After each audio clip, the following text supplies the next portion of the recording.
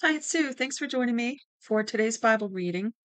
I'm reading Joshua 5 through 8 today from the World English Bible, and this is the reading for March 12th. Chapter 5, verse 1. When all the kings of the Amorites who were beyond the Jordan westward, and all the kings of the Canaanites who were by the sea, heard that Yahweh had dried up the waters of the Jordan from before the children of Israel until we had crossed over, their hearts melted, and there was no more spirit in them because of the children of Israel. Ooh, I love that. Oh, I love that so much more than any other time I read it. I really get it now. I think I used to just kind of skim over parts like that, but I mean, the Israelites were terrified of these people. They were so big that they looked like grasshoppers in their sight. I know that's hard to imagine, but they were just a huge people, a huge race of people. And it's interesting that it said the Amorites were, I guess, just over the Jordan, and then the Canaanites were over on the west by the sea, by the Mediterranean. And yet, in all that, they were terrified because of what God did. The fear of God fell on all of them. Wow. At that time, this is verse 2. At that time, Yahweh said to Joshua, make flint knives and circumcise again the sons of Israel a second time. Joshua made himself flint knives and circumcised the sons of Israel at the hill of the foreskins. This is the reason Joshua circumcised them. All the people who came out of Egypt who were males, even all the men of war, died in the wilderness along the way after they came out of Egypt. For all the people who came out were circumcised, but all the people who were born in the wilderness along the way as they came out of Egypt had not been circumcised. For the children of Israel walked 40 years in the wilderness until all the nation, even the men of war who came out of Egypt, were consumed because they didn't listen to Yahweh's voice. Now, let me stop again because if you've been listening, you know that when they were still in Egypt, and let me back up. This is something I've recognized this time reading through. This is the benefit of reading the Bible through every year because I see something new every year. And so I noticed a while back that he was referring to these children of Israel as the armies, and yet they were slaves in Egypt. They weren't an army. And then you may have heard me say when they were first on the other side of the Red Sea and they began to get all their systems in order and they made the ark and they made the tent of the meeting and they got their formation for how they were going to surround camp around the tent of the meeting and then how they were going to in ranks carry the tent and all the utensils and all their stuff when they were going to move out to a new location. I was saying that it's like an army. It's like God was putting them through boot camp and making them into an actual army. And then they did have battles um, and they became an army. So it's just interesting that he keeps referring to them as that. And in this part that we just read, it says it referred to them as men of war when they came out of Egypt, but they weren't. You know what I mean? They were slaves. They were beaten down. They weren't organized in any way. And yet God kept calling them an army, and here he calls them men of war. I think that's fascinating. So it's just a little nugget that I've gleaned out of reading over the last couple of months through the Torah and now into Joshua. So let me go back again, verse 4. This is the reason Joshua circumcised them. All the people who came out of Egypt who were males, even all the men of war, died in the wilderness along the way after they came out of Egypt. For all the people who came out were circumcised, but all the people who were born in the wilderness along the way, as they came out of Egypt, had not been circumcised. For the children of Israel walked 40 years in the wilderness until all the nation, even the men of war who came out of Egypt, were consumed because they didn't listen to Yahweh's voice. Yahweh swore to them that he wouldn't let them see the land which Yahweh swore to the fathers that he would give us, a land flowing with milk and honey. Their children whom he raised up in the place were circumcised by Joshua, for they were uncircumcised because they had not circumcised them on the way. I wonder why they didn't. Verse 8. When they were done circumcising the whole nation, they stayed in their places in the camp until they were healed. Yahweh said to Joshua, today I have rolled away the reproach of Egypt off of you. Therefore the name of the place was called Gilgal to this day. The children of Israel encamped in Gilgal. They kept the Passover on the 14th day of the month at evening in the plains of Jericho. They ate unleavened cakes and parched grain of the produce of the land on the next day after the Passover, in the same day. The manna ceased on the next day after they had eaten of the produce of the land. The children of Israel didn't have manna any more, and they ate the fruit of the land of Canaan that year. When Joshua was by Jericho, he lifted up his eyes and looked, and behold, a man stood in front of him with a sword drawn in his hand. Joshua went to him and said to him, "Are you for us or for our enemies?" He said, "No, but I have come now as a commander of Yahweh's army." So, are you for us or enemies? He said, "No, I'm coming. I'm for God. I represent him." So it says, "No, but I have come now as a commander of Yahweh's army." Joshua fell on his face to the earth and worshipped and asked him, "What does my Lord say to his servant?" The prince of Yahweh's army said to Joshua, "Take your shoes off your feet, for the place on which you stand is holy." Now Jericho was tightly shut up because of the children of Israel. No one went out and no one came in. Yahweh said to Joshua, "Behold, I have given Jericho into your hand, with all its king and the mighty men of valor. All of your men of war shall march around the city. Going around the city once, you shall do this 6 days. 7 priests shall bear 7 trumpets of ram's horns before the ark. On the seventh day you shall march around the city 7 times, and the priests shall blow the trumpets. It shall be that when they make the long blast with the ram's horn, and when you hear the sound of the trumpet, all the people shall shout with a great shout, and the city wall shall fall down flat, and the people shall go up, every man straight in front of him. Joshua the son of Nun called the priests and said to them, Take up the ark of the covenant. Let 7 priests bear 7 trumpets of ram's horns before Yahweh's ark. They said to the people, Advance, march around the city, and let the armed men pass on before Yahweh's ark. It was so that when Joshua had spoken to the people, the 7 priests, bearing the 7 trumpets of ram's horns before Yahweh, advanced and blew the trumpets, and the ark of Yahweh's covenant followed them. The armed men who went before the priests who blew the trumpets, and the ark went after them. The trumpets sounded as they went. Joshua commanded the people, saying, You shall not shout, nor let your voice be heard, neither shall any word proceed out of your mouth until the day I tell you to shout. Then you shall shout. This goes along with what I said yesterday at the end of the reading about the the power of the spoken word, and how the Bible says that he upholds all things by the voice of his power, of his word.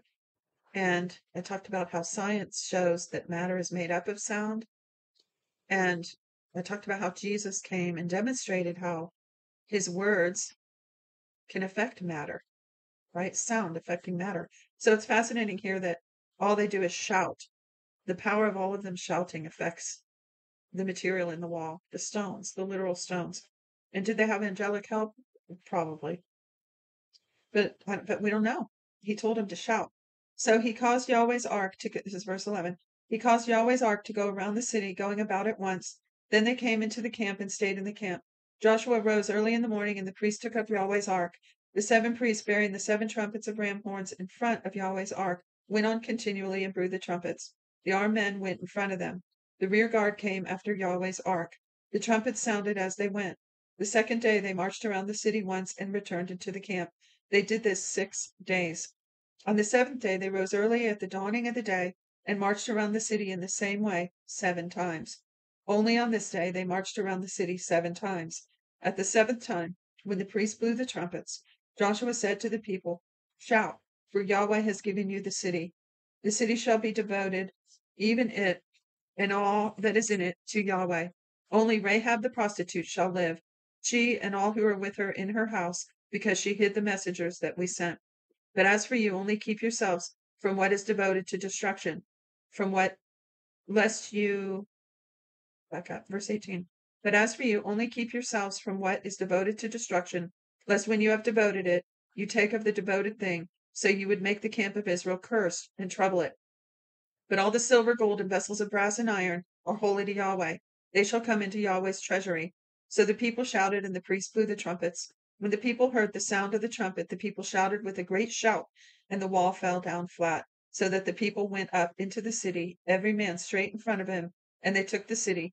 They utterly destroyed all that was in the city, both man and woman, young and old, and ox, sheep, and donkey, with the edge of the sword.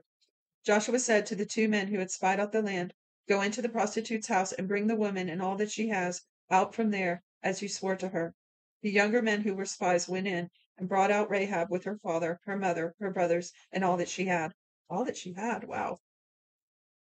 They also brought out all her relatives and they set them outside of the camp of Israel.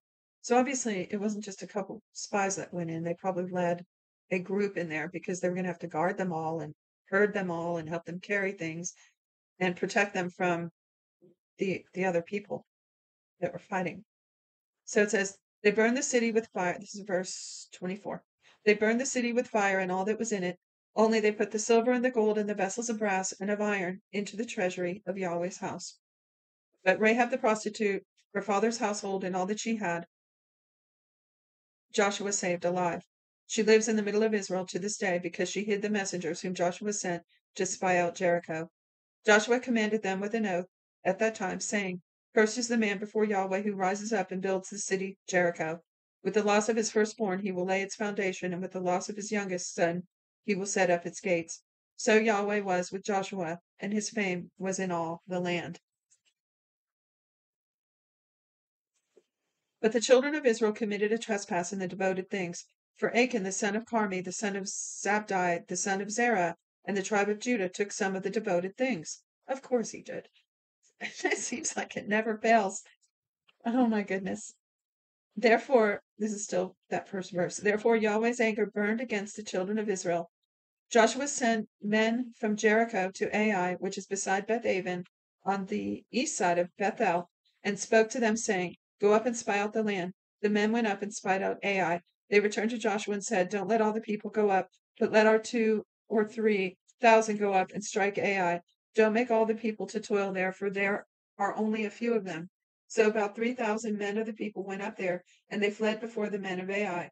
The men of Ai struck about 36 men of them, and they chased them from before the gate, even to Sabarim, and struck them at the descent. The hearts of the people melted and became like water. Joshua tore his clothes and fell to the earth on the face before Yahweh's ark until evening, even he and the elders of Israel, and they put dust on their heads. Joshua said, Alas, Lord Yahweh, why have you brought this people over the Jordan at all, to deliver us into the hand of the Amorites, to cause us to perish? I wish that we had been content and lived beyond the Jordan. O Lord, what shall I say after Israel has turned their backs before their enemies? For the Canaanites and all the inhabitants of the land will hear of it, and will surround us and cut off your name from the earth. What will you do with your great name, for your great name?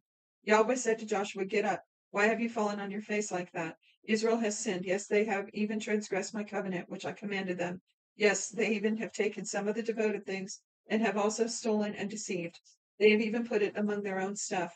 Therefore, the children of Israel can't stand before their enemies. They turn their backs before their enemies because they have become devoted for destruction. I will not be with you any more unless you destroy the devoted things from among you.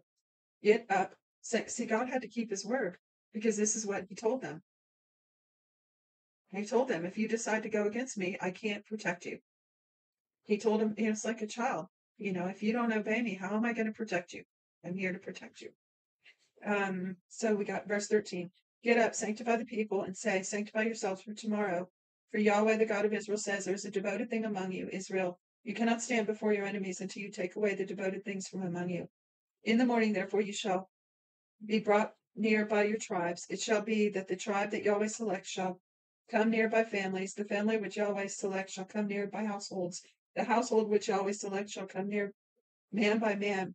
It shall be that he who is taken with the devoted thing shall be burned with fire, he and all that he has, because he has transgressed. Well, that sounds harsh, but 36 people died because of them. Yahweh's covenant, transgressed Yahweh's covenant, and because he has done a disgraceful thing in Israel. So Joshua rose up early in the morning and brought Israel near their tribes. The tribe of Judah was selected. He brought near the family of Judah and selected the family of the Zerahites. He brought near the family of the Zerahites man by man, and Zabdi was selected. He brought near his household man by man, and Achan, the son of Carmi, the son of Zabdi, the son of Zerah, of the tribe of Judah, was selected. Joshua said to Achan, My son, please give glory to Yahweh, the God of Israel, and make confession to him. Tell me now what you have done. Don't hide it from me. Achan answered Joshua and said, I have truly sinned against Yahweh, the God of Israel, and this is what I have done. When I was among the plunder, a beautiful Babylonian robe, 200 shekels of silver, and a wedge of gold weighing 50 shekels, then I coveted them and took them. Behold, they are hidden on the ground in the middle of my tent, with the silver under it. So Joshua sent messengers, and they ran to the tent. Behold, it was hidden in his tent, and the silver under it. They took them from the middle of the tent and brought them to Joshua and to all the children of Israel. They laid them down before Yahweh. Joshua and all Israel with him took Achan the son of Zerah, the silver, the robe, the wedge of gold, his sons, his daughters, his cattle, his donkeys, his sheep, his tent, and all that he had, and they brought them up to the valley of Achor. Joshua said, "Why have you troubled us? Yahweh will trouble you today." All Israel stoned him with stones, and they burned them with the fire and stoned them with stones. They raised over him a great heap of stones that remains to this day. Yahweh turned from the fierceness of his anger. Therefore, the name of that place was called the Valley of Achor to this day. Last chapter, chapter 8. Yahweh said to Joshua, "Don't be afraid and don't be dismayed. Take all the warriors with you and arise. Go up to Ai. Behold, I have given into your hand the king of Ai, with his people, his city, and his land. You shall do to Ai and her king as you did to Jericho and her king, except you shall take its goods and its livestock for yourselves." See, God had something for them. They just needed to trust him. This time he's telling them to keep the goodies, and he has a reason for doing things that way. But it says, "Keep its livestock for yourselves, set an ambush for the city behind it." So Joshua rose with all the warriors to go up to Ai. Joshua chose 30,000 men, the mighty men of valor, and sent them out by night. He commanded them, saying, "Behold, you shall lie in ambush against the city behind the city. Don't go very far from the city, but all of you be ready. I and all the people who are with me will approach to the city. It shall happen when they come out against us, as at the first, that we will flee from them. They will come out after us until we have drawn them away from the city, for they will say, 'They flee before us like the first time, so we will flee before them, and you shall rise up from the ambush and take possession of the city, for Yahweh your God will deliver it into your hand.' It shall be when you have seized the city that you shall set the city on fire. You shall do this according to Yahweh's word. Behold, I have commanded you." Joshua sent them out, and they went to set up the ambush and stayed between Bethel and Ai on the west side of Ai. But Joshua stayed among the people that night. Joshua rose up early in the morning, mustered the people, and went up, he and the elders of Israel, before the people of Ai. All the people, even the men of war who were with him, went up and came near and came before the city and encamped on the north side of Ai. Now there was a valley between him and Ai. He took about 5,000 men and set them in ambush between Bethel and Ai on the west side of the city. So they set the people, even all the army who was on the north of the city, and their ambush on the west of the city. And Joshua went that night into the middle of the valley. When the king of Ai saw it, they hurried and rose up, and the men of the city went out against Israel to battle, he and all his people at the time appointed, before the Arabah, but he didn't know that there was an ambush against him behind the city. Joshua and all Israel made as if they were beaten before them, and fled by the way of the wilderness. All the people who were in the city were called together to pursue after them. They pursued Joshua and were drawn away from the city. There was not a man left in Ai or Bethel who didn't go out after Israel. They left the city open and pursued Israel. Yahweh said to Joshua, "Stretch out the javelin that is in your hand toward Ai, for I will give it into your hand." Joshua stretched out the javelin that was in his hand toward the city. The ambush arose quickly out of their place, and they ran as soon as he stretched out his hand and entered into the city and took it. They hurried and set the city on fire. When the men of Ai looked behind, they saw, and behold, the smoke of the city ascended up to heaven, and they had no power to flee this way or that way. The people who fled into the wilderness turned back on the pursuers. When Joshua and all Israel saw that the ambush had taken the city, and that the smoke of the city ascended, then they turned again and killed the men of Ai. The others came out of the city against them. So they were in the middle of Israel, some on this side and some on that side. They struck them so that they let none of them remain or escape. They captured the king of Ai alive and brought him to Joshua. When Israel had finished killing all of the inhabitants of Ai in the field, in the wilderness in which they pursued them, and they had all fallen by the edge of the sword until they were consumed, all Israel returned to Ai and struck it with the edge of the sword. All that fell that day, both men and women, were 12,000, even all the men of Ai. For Joshua didn't draw back his hand with which he stretched out the javelin until he had utterly destroyed all the inhabitants of Ai. Israel took for themselves only the livestock and the goods of the city, according to Yahweh's words which he commanded Joshua. So Joshua burned Ai and made it a heap forever, even a desolation to this day. He hanged the king of Ai on a tree until evening, and at sundown Joshua commanded that they took his body down from the tree and threw it at the entrance of the gate of the city, and raised a great heap of stones on it that remains to this day. Then Joshua built an altar to Yahweh, the God of Israel, on Mount Ebal, as Moses, the servant of Yahweh, commanded the children of Israel, as it is written in the book of the law of Moses, an altar of uncut stones, on which no one has lifted up any iron. They offered burnt offerings on it to Yahweh and sacrificed peace offerings. He wrote there on the stones a copy of Moses' law, which he wrote in the presence of the children of Israel. All Israel, their elders and the officers and their judges, stood on both sides of the ark before the priests and the Levites. No, before the priests, the Levites, who carried the ark of Yahweh's covenant, the foreigner as well as the native, half of them in the front of Mount Gerizim, and half of them in front of Mount Ebal, as Moses, the servant of Yahweh, had commanded at the first that they should bless the people of Israel. Afterward, he read the words of the law, the blessing and the curse, according to all that is written in the book of the law. There was not a word of all that Moses commanded which Joshua didn't read before all the assembly of Israel, with the women, the little ones, and the foreigners who were among them. Wow, I wonder how long that took to listen to. One segment today took 25 minutes. I mean, these are longer. I know yesterday's was longer, and this one, 4 chapters, as opposed to the usually 2 we've been reading in Deuteronomy. So I didn't make up this schedule. I'm following a schedule I got off the internet, and so I'm surprised that these 2 days were longer readings. But I digress, because I was saying, if it takes us that long to read a few chapters, how long did it take him to write out and read the law in front of the people? Wow, amazing. Well, that was chapter 5 through 8 from Joshua. Thanks for joining me, and I hope you'll join me again tomorrow. God bless you.